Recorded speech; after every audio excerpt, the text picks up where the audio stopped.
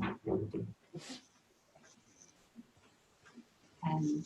hi everyone, and welcome. We're starting to see, not yet, starting to see everybody come through now. Welcome everybody to this fabulous event this afternoon. Share with us in the chat where you're joining us from. We'd love to hear where you're joining us from, and don't forget to change your chat to all panelists and attendees, so that way everybody can see your chat and nobody's missing out on some of the comments that we've got available, and you can actually see where everybody is from as well. So we have got people joining us from, Danielle, hi, and welcome. Hey, can you see me? Yeah. I can. So I will not be monitoring the chat, so Susan, you're going to be doing that. So if you don't put it to everybody, then Susan's going to be the only person who sees it, so make sure you change your chat to everyone. I will be the only one that sees it. So and it looks like we're almost at max capacity too. Welcome from London. So we will actually be monitoring on YouTube as well. So we are actually live streaming, and you'll be able to catch a recording on YouTube as well of this presentation. We will also be sharing any information afterwards with you as well, as you've actually registered for this webinar too. Now, Danielle, welcome. We're looking forward to this. You've been putting together quite a bit of information, although that you've previously run this presentation before. Looking forward to hearing about any changes, any differences, and also seeing more about dashboards. Like we all love a great visual presentation. Absolutely. Now, a lot of my courses are on demand, like they're pre-recorded. But I really struggle with getting this one recorded because it's just constantly changing. So every time I run it, I always, tweak things a little bit. And Power BI particularly is changing all the time. So every time I log in, it's completely different. So that's why we run these courses as a live, interactive event rather than something that's on demand, that's pre-recorded. So let's get going. Is there any other housekeeping you wanted to mention, Susan, before I get started? Yes, I just want to mention now that everybody's joined us and we're pretty much at full capacity as well. We are joining live on YouTube too, so you are welcome to pop any questions on there as well. I will be monitoring that as well and jumping in with any great questions that we have. Also, just a reminder to change your chat to all panelists and attendees so everyone can actually see your conversation rather than just me. And if you have any direct questions that you'd like Danielle to ask, please put them in the Q&A rather than the chat. These will make these easier to monitor and find as we're going through the presentation. Other than that, Danielle, take it away. I'm looking forward to hearing all about this. Okay, all right. Thank you so much, Susan. Well, this is me. For those of you who haven't met me before, the thing that I have been doing mostly ever since about March, I used to run live meetup sessions for financial modelers. They are all done online now, so I've been pretty much doing them every week with different special guests from all over. I used to travel a huge amount. I don't anymore. In fact, I've just been booked in to run a course in the Caribbean in January, but it is completely online. So it'll still be fun, but not quite as much fun as if I were to go there in person. I used to be able to get around quite a bit. So I've written a couple of books about Excel and about financial modelling. And what we are talking about today is about dashboards. Make no mistake, this is a preview of my live online course. So you will be getting an invitation to join us. I would love it if you'd like to join us for this live interactive course. So this is going to be kind of a 1 hour or thereabouts 1 hour preview of the course. So I'm going to kind of give you a bit of a taster and a bit of a bit of a preview. For those people who are going to join us for the course, this is going to be a prerequisite for coming along. So it will give you a little bit of an idea of what to expect. So, we are numbers people. I'm certainly a numbers person. I'm a financial modeler first and foremost. So I am used to looking at numbers all day, every day. And numbers are wonderful. Numbers tell us so much about the world, but they're pretty boring. you know, just looking at numbers, particularly in a spreadsheet. In an Excel spreadsheet, there's no faster way to lose people's attention than by showing them grid lines and numbers and rows and columns, and even putting a little bit of color around your Excel spreadsheets is really not going to help. It certainly makes things marginally more interesting, but what I'd like to talk to you about today is some ways to take those numbers, all of that data, all of those statistics that you want to convey to people, to tell them, to get your message across in a way that's going to make it so much easier for people to understand and to really sort of relate to what you're trying to say. We are certainly living in the age of big data and in the age of automation. So I'm going to start out first of all with a poll. So those of you who are joining us live on Zoom should see a poll that's just popped up on your screen. And I'd like to find out, how do you feel about the idea of your role being automated? So apparently robots are going to take over the world, and we will be completely redundant.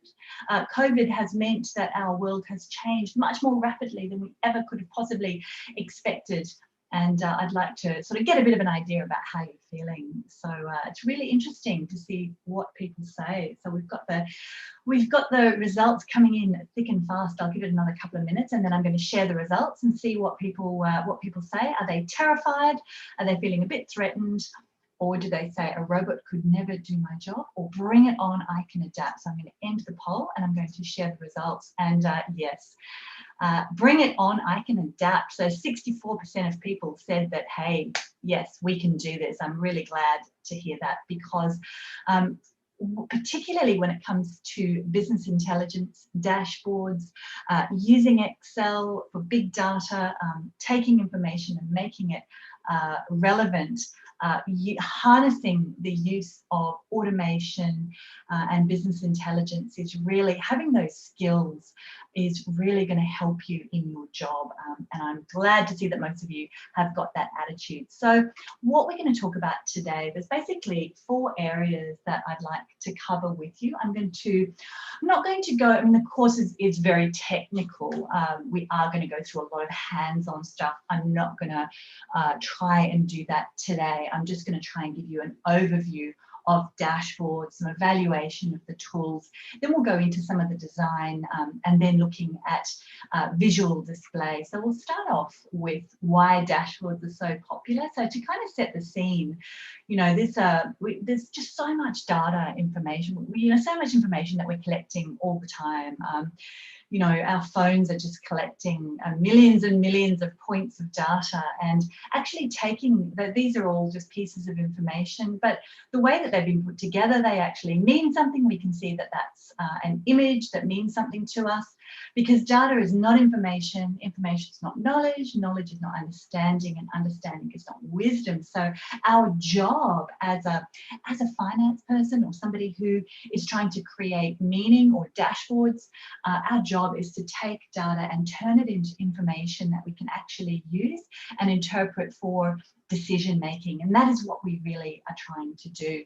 And I think that social media, I mean, the world that we're living in today has got, social media has a lot to answer for. When I first started out my career as a financial modeler, I would spend days and days and days and weeks on a financial model or a report or something like that, and I would expect that when I sent it to somebody, I would expect their full attention would be on the output of the report that I'd created, and that just doesn't happen anymore. You know, you can't expect that people are sitting behind their desk and paying full attention to the marvelous report that you have created. We're very easily distracted nowadays, and so we really need to make things so that people can get information much more quickly and easily, because, you know, there's just so much. We receive 5 times as much information as we did back in 1986. So, yeah. apparently, now this is an interesting study, and I don't know about the accuracy of it, but I think that the sort of general idea is that the human attention span apparently has fallen from 12 seconds in the year 2000, which is around about the time when the smartphones came out. It's fallen to 8 seconds in 2016, which is kind of interesting. And the goldfish has an attention span of 9 seconds. So yeah, apparently that, yeah, I'm not sure about the accuracy of that. I don't know, not sure how they measure the attention span, but the idea of that, I kind of get the sentiment of it. But even, you know, thinking about the way that I presented that information to you just then, you know, it kind of took you a little while to take in, because I had to sort of read it. So the way that I kind of presented it and I sort of read it out to you was kind of, you know, just took a little bit of a while for you to process, because it's written in words and it uses the reading part of our brain. If I wanted to use the visual part of your brain, I would do something like this. I would say, hey, your attention span, this is what it was in 2000.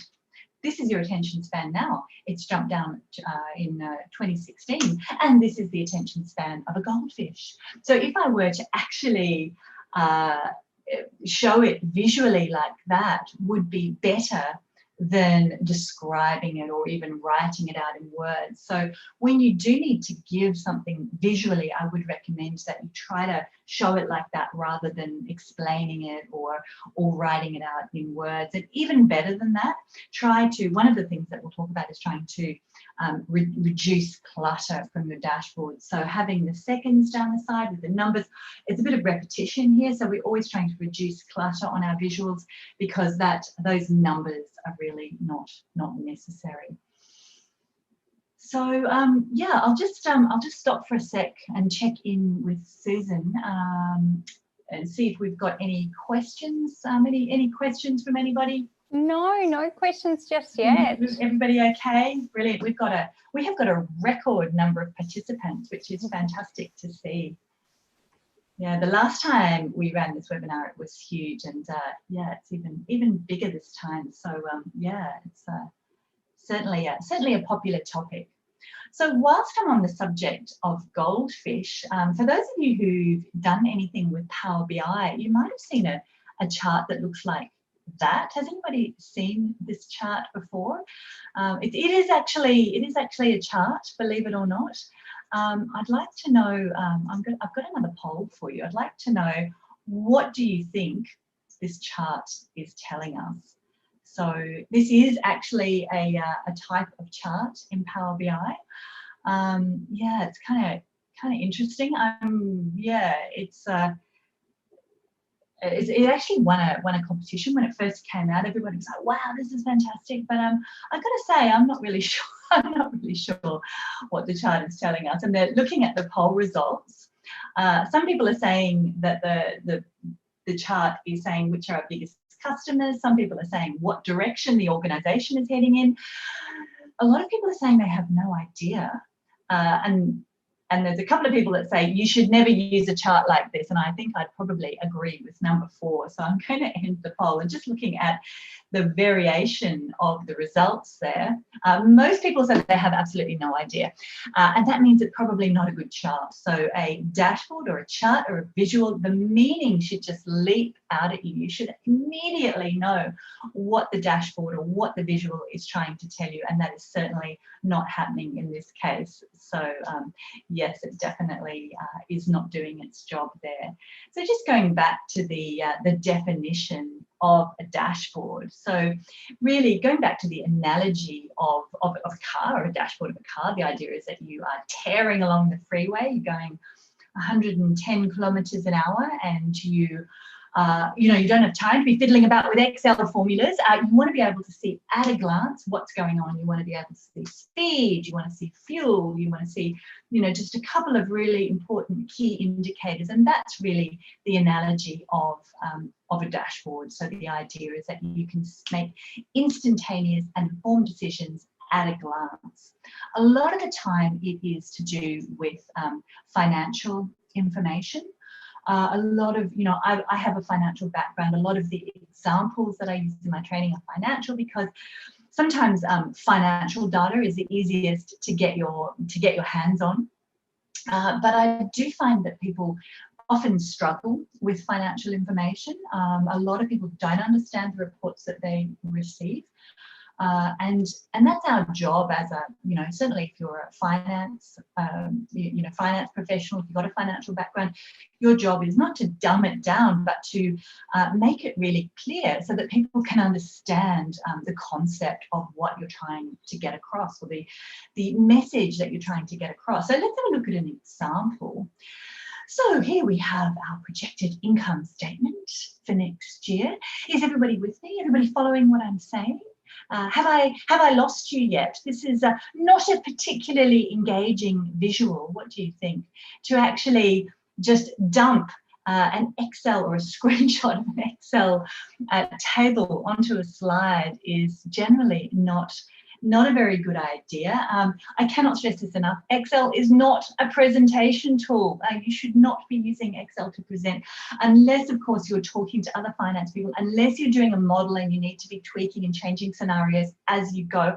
I would not ever be presenting something in Excel, and worse than that, I would not be dumping something from Excel into PowerPoint, unless, of course, it's a chart. But if you do that, you want to be absolutely sure that it doesn't just look like a really standard Excel chart that you've dumped into Excel. So looking over to the next tab, this is an Excel chart that I have dumped into PowerPoint, but hopefully it doesn't look too much like a standard Excel chart. So I can tell you a little bit more of a story about this. So this is exactly the same numbers, but if I were to say the gross revenue is nearly 300,000, and then we've got our inventory, direct costs, and other sales, and that leaves us with a gross income of 127,000, and of that we've got our costs.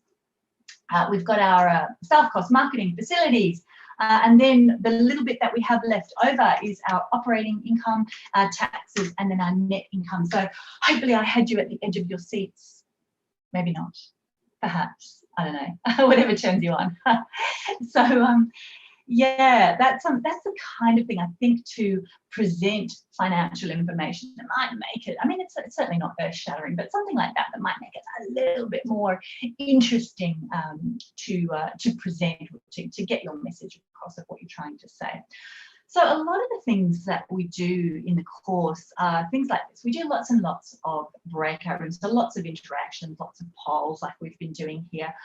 We're not going to jump into examples like this right now because we don't have a huge amount of time together, but this is an example of something that we might do. So what we'll do is I'll give you a sheet like this, and then you're going to jump into breakout rooms. You've got 5 minutes, you jump in together. There's like 3 or 4 people in a group together.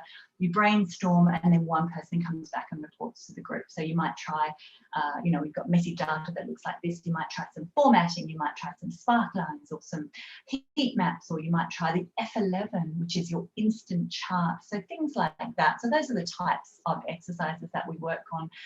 If you were to do an F11, it would look something like this.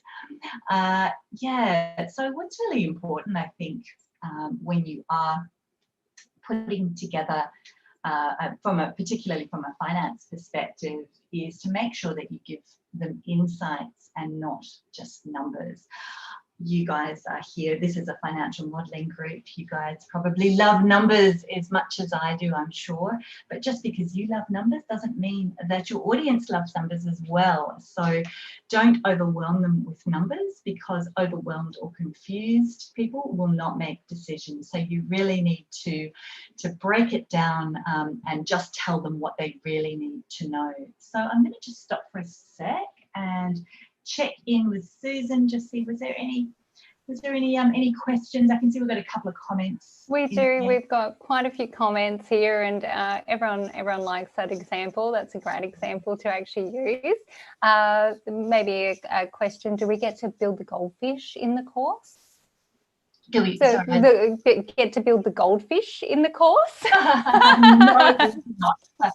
You can. It's actually on the marketplace. If you log into Power BI and you download the marketplace, you can use the goldfish, the aquarium chart, but I don't recommend it. It's not great, but you certainly can try it. I do have another question here. Do we need to know Power BI before coming on the course?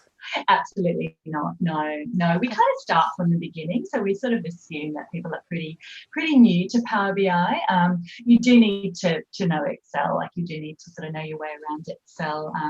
If you're not a finance person, that's okay. But we sort of assume most people are coming from a sort of at least a financial literate background and know Excel. But we don't assume that you've used Power BI or even Power Query before. Although most people have dabbled in it a little bit.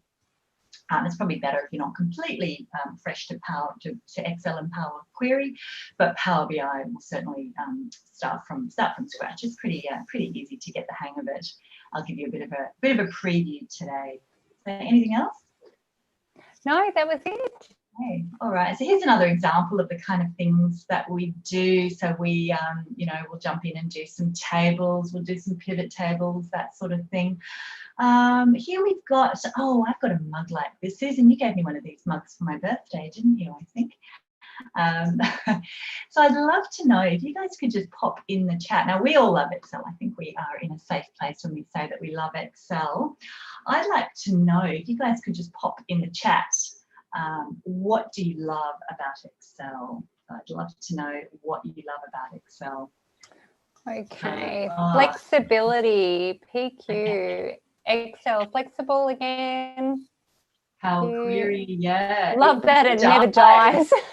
That's yeah, great. That's a good one. People have been predicting Excel's death for a very long time, but I really don't think it's going anywhere. All right, we're getting lots of comments here through. Simplicity, user-friendly, diagrams, powerful tool, endless capability, range of formulas. It's on everybody's PC. Yep, used by billions. Yep, agreed. Pivot tables, intuitive. Formula wizard. I must say, I like the formula wizard too. We are certainly among fans of Excel here. I can't even keep up with all of those. I think so. All those comments. I can't keep up either. Oh my goodness. Wide range of Okay, users. All right, we'll have to stop that one. Okay, let's change tags. What frustrates you about Excel? As much as we love it, in fact, I have written 2 books about Excel. Oh, the crashes. That is how much I love Excel. I've even written 2 books about it, but I'm the first to admit that it is not perfect. There are issues with Excel. So, okay, yes, crashes, the circularity, the hash ref. Yeah, data, resource heavy, that it cannot do everything. Really? I'm surprised. I thought Excel could do everything. Yeah, I wanted to make my cup of tea and all of that. Yes. Dennis says BI is not available for Apple Mac. That is quite frustrating. Yeah. Other people's poor models. I think that's more user. I like that one. That's great. I think I might leave that at other people, the other people, users. Other users. Yep. Big files with lots of slow. It slows down with lots of calculations. That's slows down. Okay, so we might leave that there. So there are lots of frustrations of using Excel. I think probably the 2 issues that actually nobody really said that for me are the errors and the big data, the fact that it doesn't handle big data very well. And Microsoft's working really hard to try to combat those issues. Having Power Pivot, Power BI, all of that can handle big data a lot better, and certainly a lot of the new features will just make it much more reliable and just much less prone to error. But again, it still comes down to the user, and if you've got people who are not using it properly, that is still going to cause problems. So, and part of, unfortunately, using Excel means that you have to make sure that other people cannot mess it up. So let's jump in now to the comparison of an evaluation of different dashboard tools that we have available to us. So if you ask a graphic designer to create a dashboard for you, they'll probably create something in Adobe Illustrator, or there's lots of web-based tools. I'm a fantastic copier. I often will Google ideas for charts or for visuals, and then I can simply create or copy that into Excel or into Power BI. There are other tools like Tableau, ClickView. One of the things, actually, a bit of a shout out to Marcus Small from The Small Man. He's got some fantastic templates that are free to download in it, just using standard Excel, and just the way that they're built is very simple. You can take a look at some of those as well. So what we are going to focus on is Microsoft Power BI, and also just standard Microsoft Excel. So although there are lots and lots of other tools out there, and lots of add-ins as well for creating dashboards, what we're really going to focus on is using Excel, like standard Excel, because I really think that the best thing you can do for your career is to improve your Excel skills. And when I say Excel, I mean Power BI, as well as Power Query, when I include that in the use of Excel. I think it's such a fantastic thing to have, rather than having reliance on software that needs licenses and needs other people to learn it. Particularly, I think it just makes you really, really valuable as a person, going to a new job, saying, hey, I can create a dashboard just using Power BI. I think it's one of the best, I think it's one of the hottest skills on the market, in my opinion. So I'm just having a look at some of the new features. They do keep bringing out new features.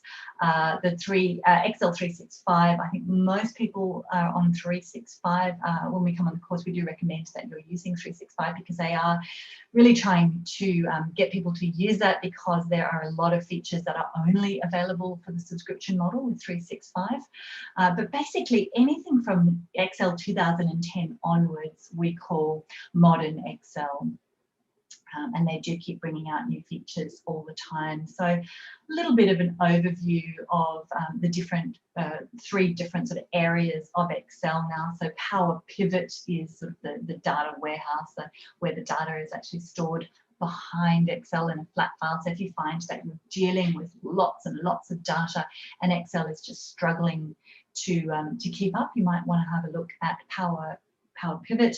Power Query is the one that we'll focus a little bit on today, and also in the course. So Power Query is fantastic for hooking into data, grabbing it out of the system, pulling it into Excel, and then just extracting and cleansing it and doing it over and over again, which is absolutely fantastic.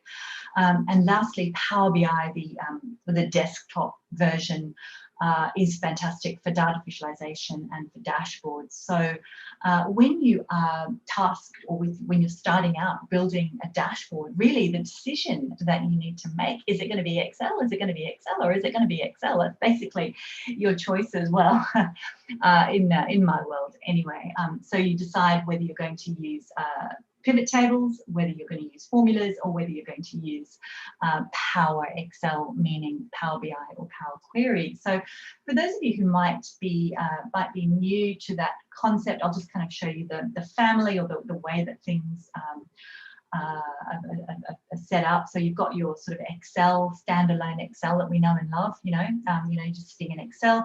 From Excel, you can access Power Pivot.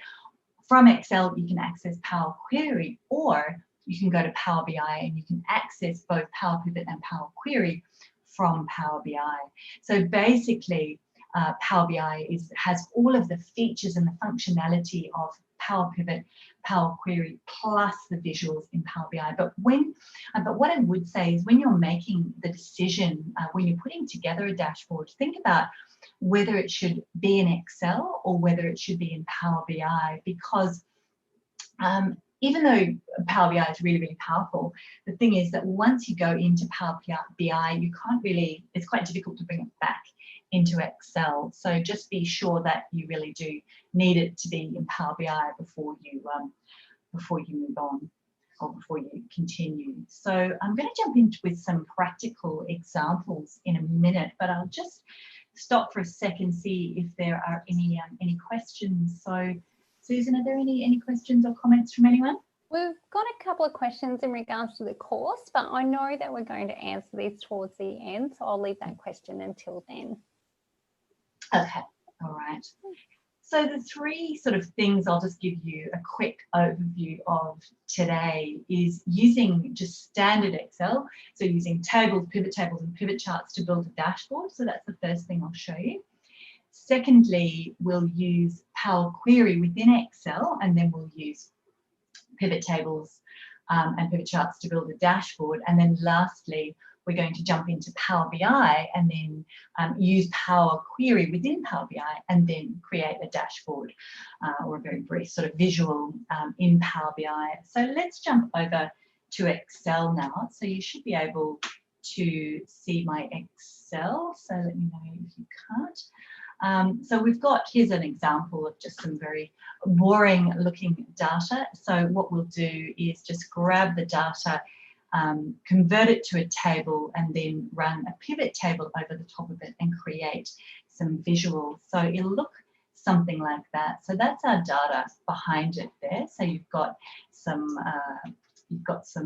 dates, we've got departments, and we've got annual fees, and then we use that to create a dashboard. So I've done that using just a really standard pivot table. I've used some slices in there, so when you change the slices, that changes there.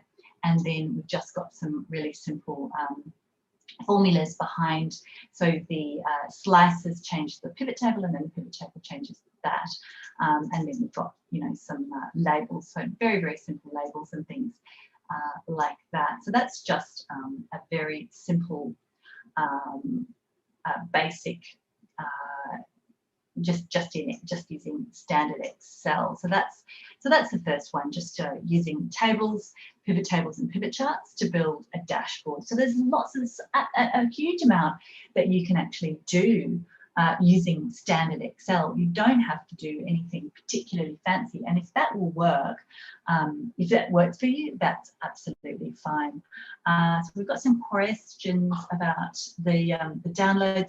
I'll make these this presentation available to you if you've registered for this event. I'll send you out an email with the slides or the visuals that I'm showing you here. We're not going to make the Excel file available for you today. So what I'm going to do now is jump into Power Query. So I'm going to jump back to the Excel file, and I'm going to jump to the next one here. And I've got another lot of data here.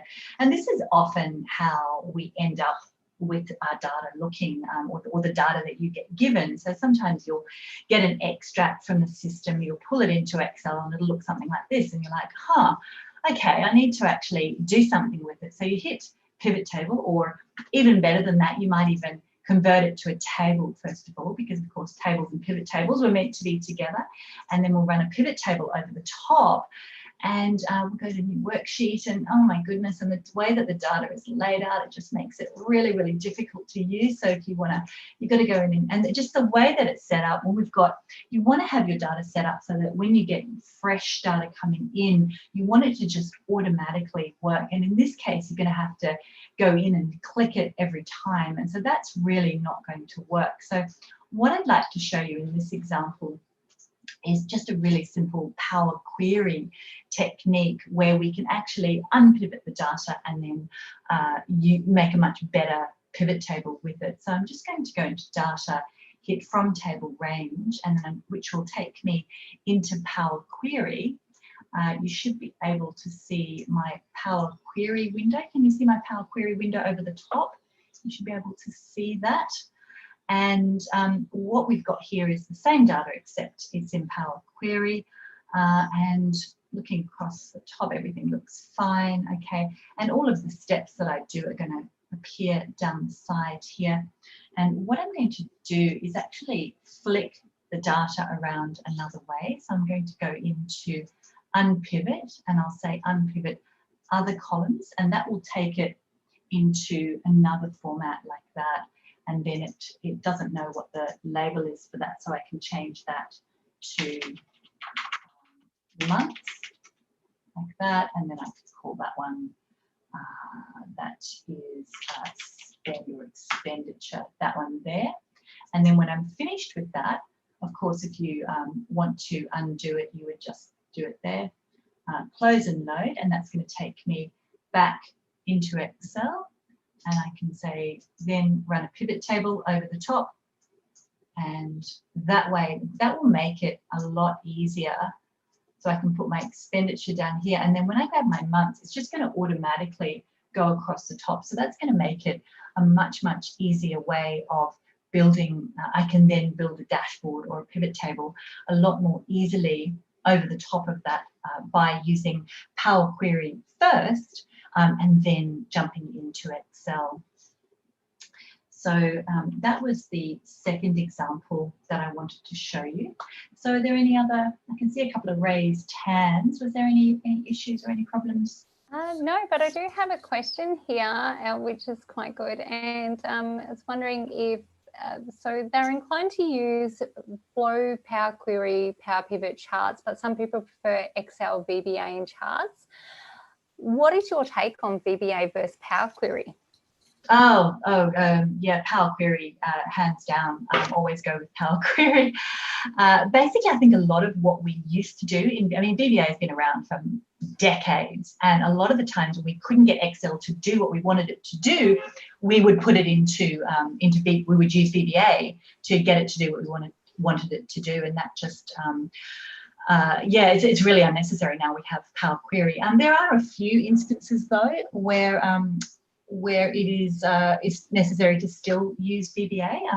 VBA is quite powerful, and there are certain instances where it's possible. But if you had a choice, I think, if you're trying to decide what skill to learn, whether you learn Power Query or whether you learn VBA, I would say Power Query is certainly the future of Excel. VBA is certainly handy to know, but I think Power Query is always going to be the winner there. So I hope that answers your questions. Okay, so let's jump into now the moment you've all been waiting for, and that's using Power BI. So I'm going to do something quite similar to what we did in Excel, except I'm going to do it using Power BI now. So I'll jump over into Power BI now. So I'm just going to turn on the light. That's better. Oh, suddenly got very dark here. We've just had daylight saving. It suddenly got very dark. So we're in Power BI now, and you can see here, if you haven't seen it before, so this is your dashboard. This is where your charts are going to go. This is your data, and these are your relationships that are going to go there. So I'm going to jump in. We can get our data from all over the place, but I'm going to get my data from Excel, and I'm going to go into example data there. This is the file that I've just been using. In fact, I might just show it to you in Excel. Before I do that, I'll just jump into Excel and it's always a good idea to look at what your data looks like in Excel first of all.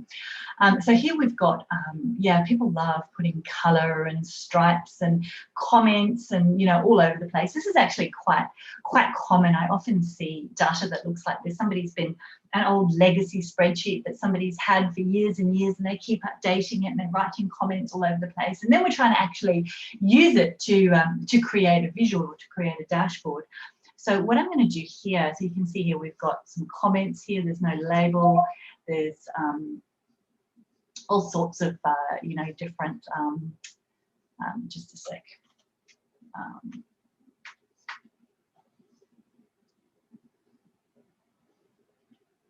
Hang on a second.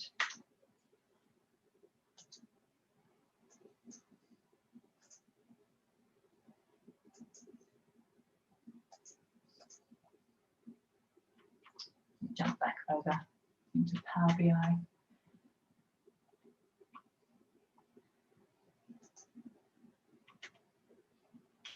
Okay, we're back where we were.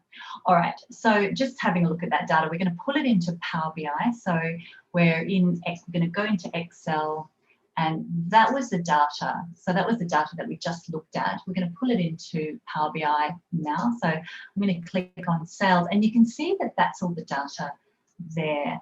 So having a look at it, go, wow, it's pretty messy. I could load it straight into Power BI, but I'm going to hit transform data instead, because that's going to take me into Power Query within Power BI. So hit transform data, and any minute now it's going to take me into Power Query. And I can do pretty much what I did in Excel, except now I'm sitting in Power BI. The problem here, though, is that I can see I've got these column labels across the top. So the first thing I'm going to do is say use first row as headers. So that's actually popped my headers up the top.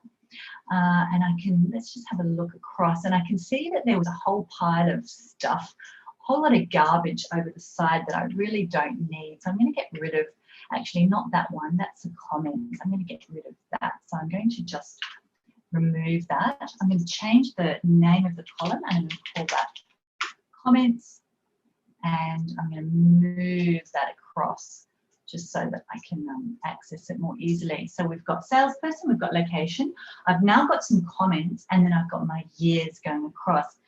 And I could push it into Power BI, but before we do that, I'm just going to do the transpose. So we'll go unpivot other columns, just like we did before in Excel, except this time we're in Power BI. There we go. So that's done that quite quickly. And again, we can just name the column, we'll call that year. And let's call this one sales, because that's what they are. Okay, lovely. All right, and I can see there's quite a bit of, a lot of sort of rubbish in here that are still rubbish that I don't need. So there's a couple of ways of doing that, of actually getting rid of all of this text in here. Probably there's multiple ways of doing it, but probably the way I find easiest is to just go in and change that to, I can see there's no decimal, so I'm going to change that to a whole number. And what that's done by changing the type to a whole number, it's actually meant that anything that wasn't a number is now an error. So what I'm going to then do, I can just go in and remove the errors, because I don't want any of those rows that have errors. So looking down, okay, I can see, yeah, the comments, that's okay. I think the comments are fine. I can leave those there. But these totals, I don't need those totals in there. That was also part of the data, and I don't want to see that either. So what I can do now is just go in and untick. It looks like a filter. So, you know, when you're in a table and you filter that and the data is still there, it looks like that. But if you do it like this, it actually removes the data completely. So we'll say okay, and that actually removes it entirely. And I can then just say close and apply, and that's going to take us back now into Power BI. So we've actually done all of the cleansing and the manipulating the data within Power Query within Power BI. So sometimes it just takes a little while to show up. Okay, so all of my data is now reasonably clean and sanitized. Yeah, looking good. Okay, so now that I've done that, I can go back into my visual, and I could then say, for example, if I wanted to do a column, you just grab the column there, and I could say I want to do a location, for example, by year. And if it doesn't give you what you want, I could say I want to put the sales in the value, and I'll probably put the year should go there. Okay, that's looking good. All right, something like that. Not terribly exciting, but I think you get the general idea. The other thing you can do is to create a slicer, which is quite nice. You can pop a slicer in there, and you could do perhaps slice it by salesperson or something like that. That would look quite nice. And the other thing that you could that I quite like doing is I go back to this chart here and grab my comments and pop that into the tooltips. So that's quite nice, being able to show the comments. So when I hover over it, you can see, if I just move that there, and you can see B Miller is part-time only. So all of those notes and comments and things that I had in my data is actually showing up now on the chart. So yeah, and you could then continue to create your dashboard here, so you could add a whole lot of other stuff there, and that's the sort of thing that we do during the course. So I'm going to jump back into my slides now. So that's the third thing that I wanted to show you. So what we'll do next is jump into a little bit of dashboard design. But before I do that, I'll just check in to see if there's any other questions. Thank you. Yes, there is a couple of questions. So is Power BI part of Office 365? Yes, it is. Yeah. It is. And what would be the best way to clean the data if you have over 100,000 rows? Yeah, 100,000. Yeah, that's not crazy. Not crazy numbers. I wouldn't try and do it in standard Excel. It will probably fall over. Excel can handle up to 1 million rows, or so it says, but it doesn't handle. If you want to start actually doing some formulas, standard Excel is not going to cope with that very well. If you get more than 100,000 rows, I would say you could put it into the data model. Which is into the back end of your Excel, and that will just store it much more efficiently. Excel will handle that quite well. Okay, great. Thank you. So yeah, we've got a few minutes left, so I'll jump into the principles of dashboard design. So I'd like to just spend a couple of minutes going over the different types of charts that you can I'd like to know, I'm just going to jump into the polls, and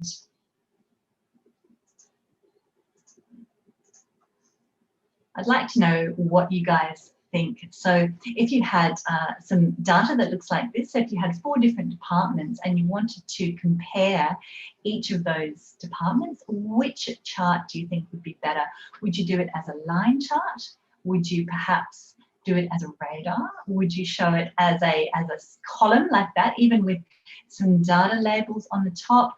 Would you show it as a bar, and perhaps with some data labels? Would you show it as a cone, or even a pie chart, or a pie chart with a hole in the middle, or a 3D pie chart, or an exploding pie chart? So let me know what you think. So yeah, we've got some, everybody's saying something slightly different. So I will end the polling now and I will share the results with you. So most people said number 3, the column. I tend to agree. The column is probably the best way to go. Just makes it really easy to compare. The line chart insinuates that there's some sort of a time series. I don't even have anything to say about that one. That one's quite good. The bar is quite nice as well. This one's awful. It makes it very difficult to compare. And yeah, pies are just, I mean, there are certain instances perhaps where pies are useful, but in this case is not one of them. So thinking about whether we'd use a table, you would use a table. Yeah, if you're giving somebody, if you're sending somebody an email or a report, then yes, you would use a table if you don't need to see it visually. But if you are doing a live presentation, so if you're wanting to sort of give people the general concept of your message, I would not use a table. So tables use verbal processing rather than visual processing. So let me show you what I mean. So this uses your verbal processing. So quickly, have you got some kind of idea of what the data is telling you? You guys are used to looking at numbers all the time, but if I were to show the data perhaps that looked like that instead, you do get the message a lot better. So it's always a good idea when you're giving a verbal or a visual presentation not to show the data as a table. The idea of visualization is to find the story and then to tell that story.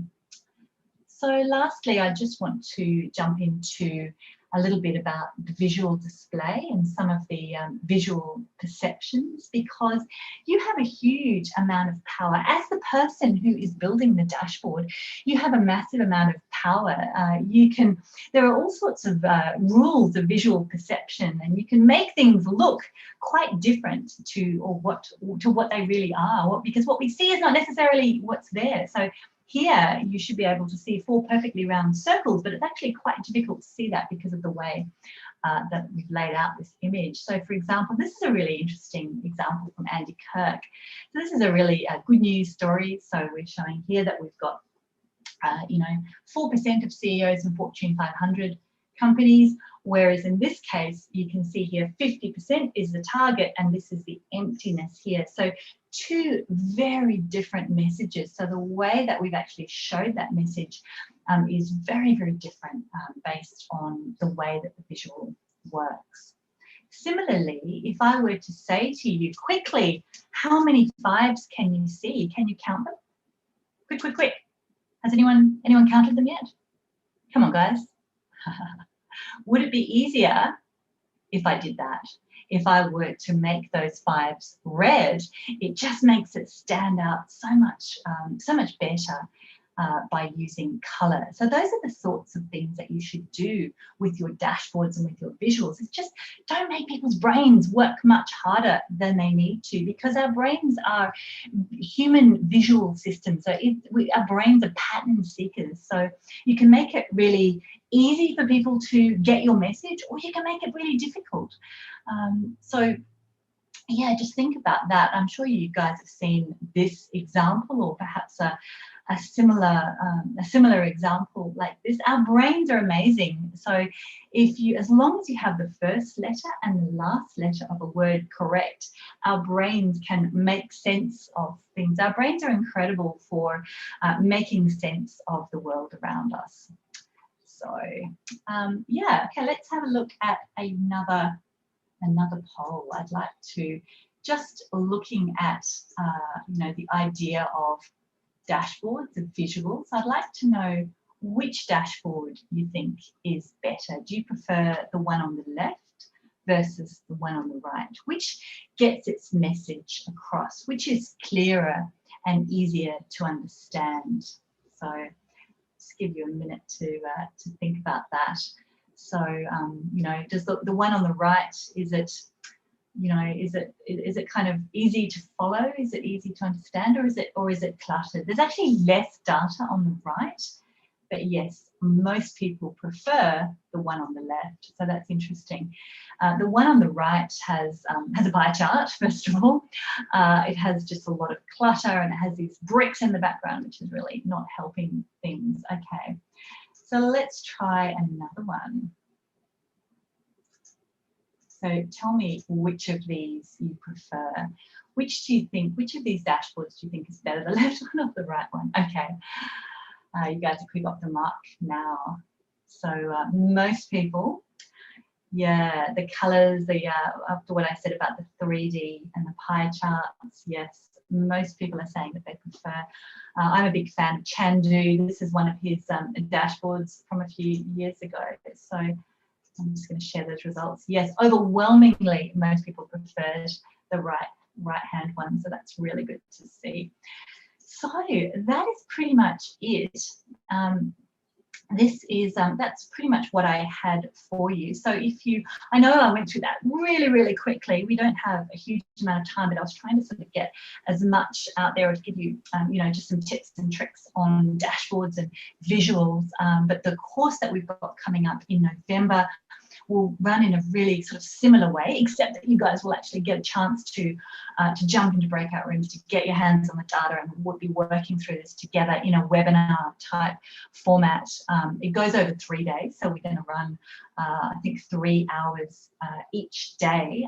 It's going to be in the latter half of the day in Sydney. Just based on different time zones, and then we do a half-hour clinic at the end, so people will get a chance to ask all of their questions.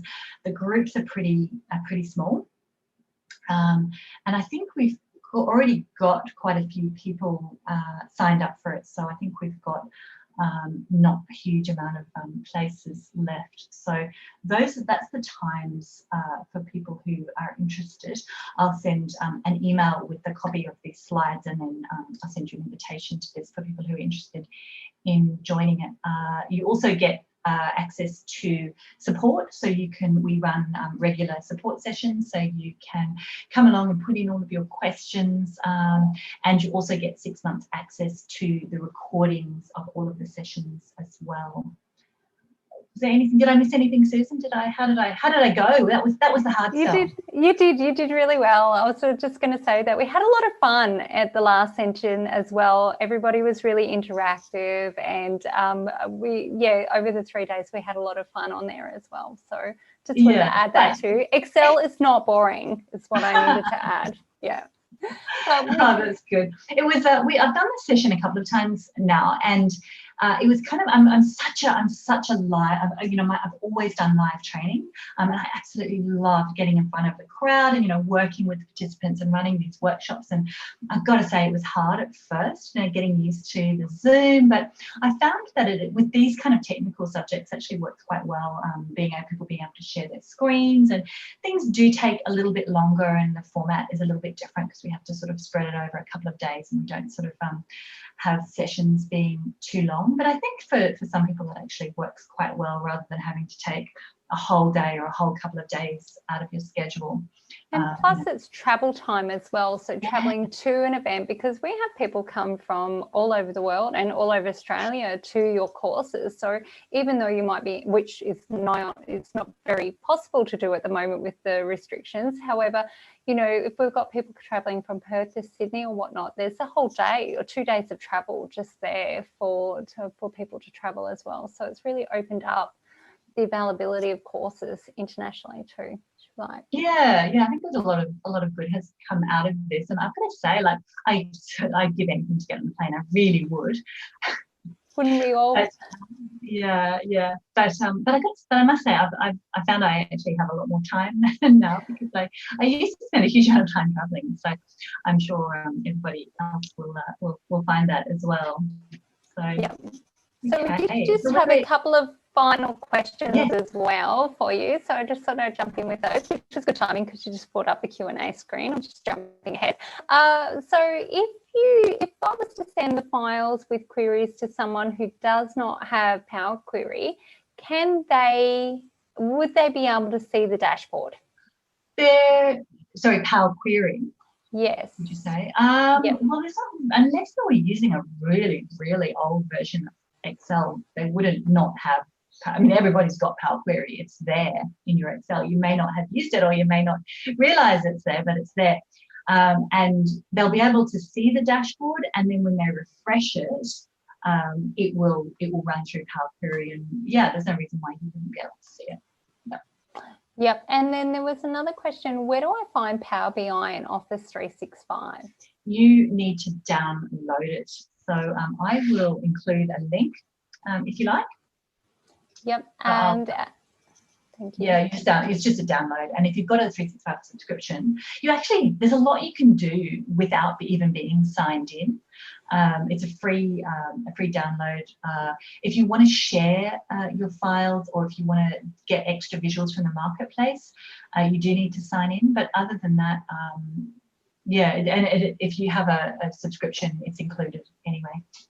Okay, great. The next question, will this video be posted on YouTube? Yes, it is actually live on YouTube at the moment. So that is already posted. So once we finish, that will be available to watch from start to finish. Do creative and logical brains see visualization differently? I think so. I think so too. Yeah. There is a lot of theories around the left brain, right brain thing, and I certainly, as an analytical person, have found it quite difficult to.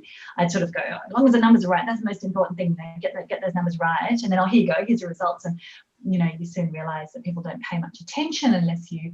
I've really had to work hard to develop that side of that creative, or just making things look appealing and visual. It's something that doesn't come naturally to me. I've had to really put some effort into it.